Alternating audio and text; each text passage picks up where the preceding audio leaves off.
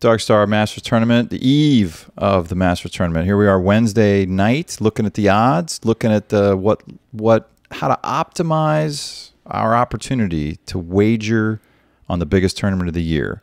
What are you looking at that's going to minimize my losses, maximize my opportunity to have a winning bet or two or three or four? What do you see?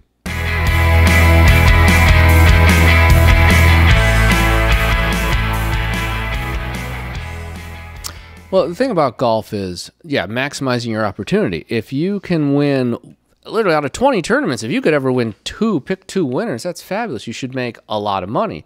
So the first thing that sticks out right now, I can't bet Scottie Scheffler at 6.5 to 1. That's terrible. Where is he 6.5 odds. right now? I got him 6.5 to 1 on Caesars. Caesars? What's DraftKings? DraftKings win is it's higher, right? 6.5 to 1. Oh, same. All right. Same. I mean, it's shocking. It's shocking. So you can't take them. No. So the if I could short golf, that, I would short my house. Yeah, on that. exactly. It's crazy odds. So first thing about Scheffler, the only thing you're going to do is get better odds tomorrow at 11 o'clock, even before the minute after he tees off. Yeah. Well, right. he's not going to, before he tees off, somebody could be 5-6 under, and his odds should drop back to at least 8-10 to 1. So you can't take him now. My big point. And there's a moral golf, to that story. And I know you have a theme in how you look at this, and that theme is live betting versus pre-tournament. Is that true? Yeah, absolutely. I think the only way to bet golf is live. So in other words, live. Meaning after the tournament has started. After the tournament has started, well, I'm going to make a little caveat right now. Live betting, live odds are taking advantage of the odds as they change. So, for example, let's say Friday, I get home, I'm scrolling through stuff, and I see Brooks Koepka played pretty well. The odds on Brooks Koepka are going to be dropping.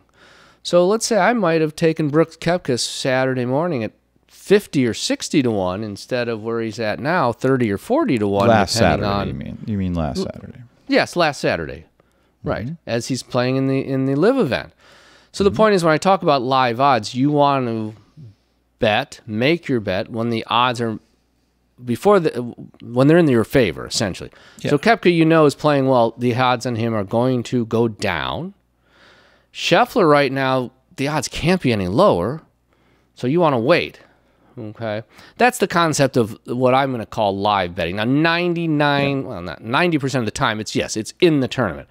Right, exactly. It's much easier to raise money for your little startup entrepreneurial idea before you've tried to sell anything, because then it's just a dream, and that's easier to sell than reality. The minute you start to sell and you don't have the revenue, that becomes a lot harder, much harder. Right. Yes. Yes. Much harder.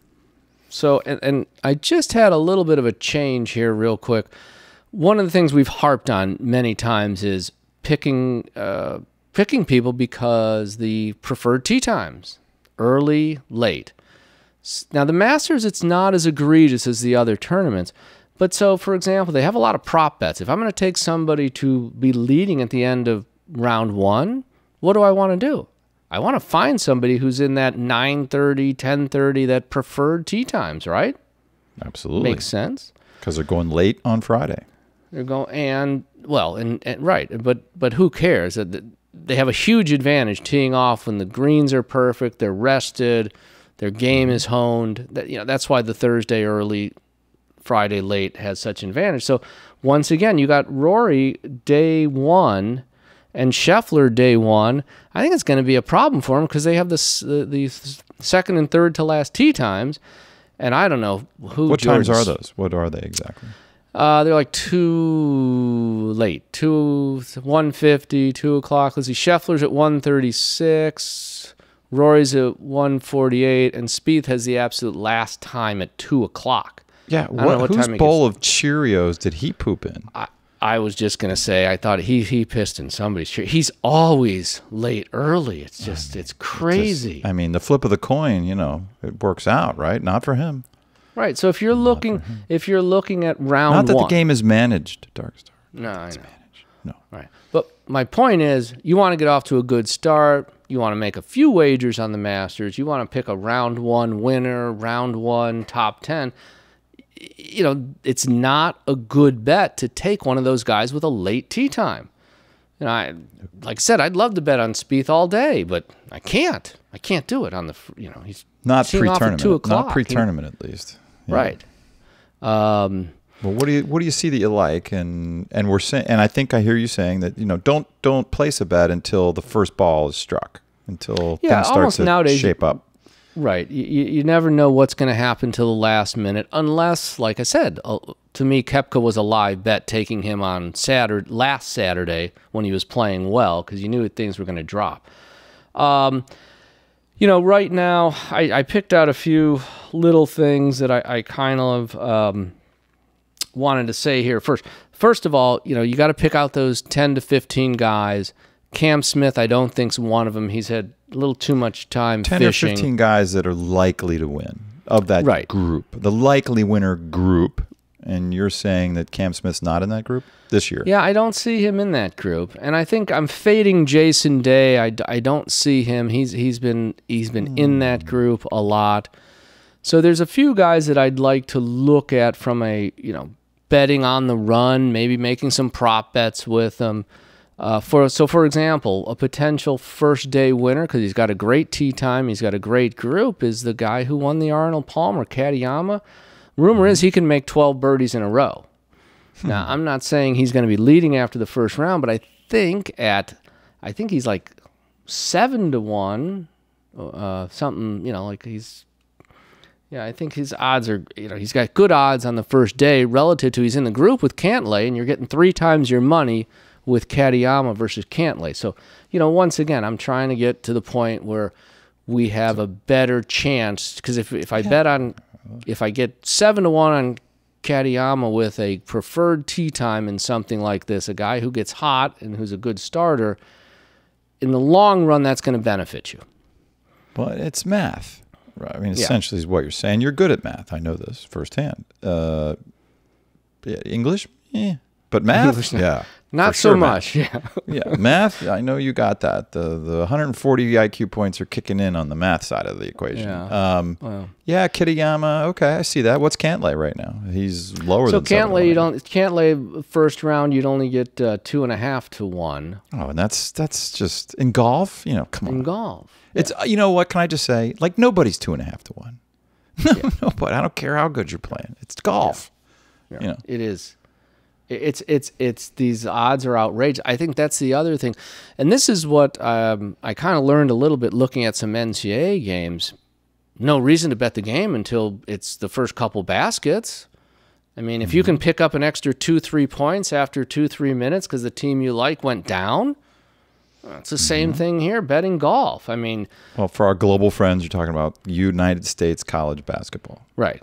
Yeah, yeah, exactly. So that's why it's whether you are fading a guy before the tournament, or in Koepka's point, you want to get in before the odds drop too much. You have to think of it as live. You have to think of it as dynamic. And, you know, so as the tournament progresses, look at, if you want Justin Thomas to win because you think he's a good mutter, see when you get the best odds. Hey, let's say you want to put $100 on him, put 50, 30 on him to start.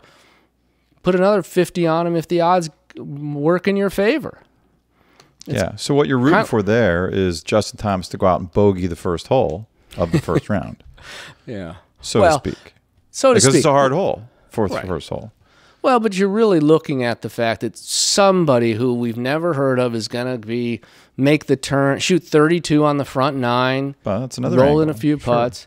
And the odds are going to get better for your player, and that's when you pick up a little extra, you pick up a few points here and there, and if you can do that, that's the way to go. If Joey Ham Sandwich goes out in 30 on the first 9 holes, and Justin Thomas's odds go up because Joey Ham Sandwich did that, is that what you're saying? Yeah. Well, that's money, right? Now you just got a gift if you're a Justin Thomas guy. If you think his game is rounded into shape and he's got a chance to really do it this year. Yeah. So is that the point? That's the point. Rory McIlroy is a classic example. He's got a late tee time. He Thursday. Thursday, late tee time. He's traditionally, started the Masters out poorly.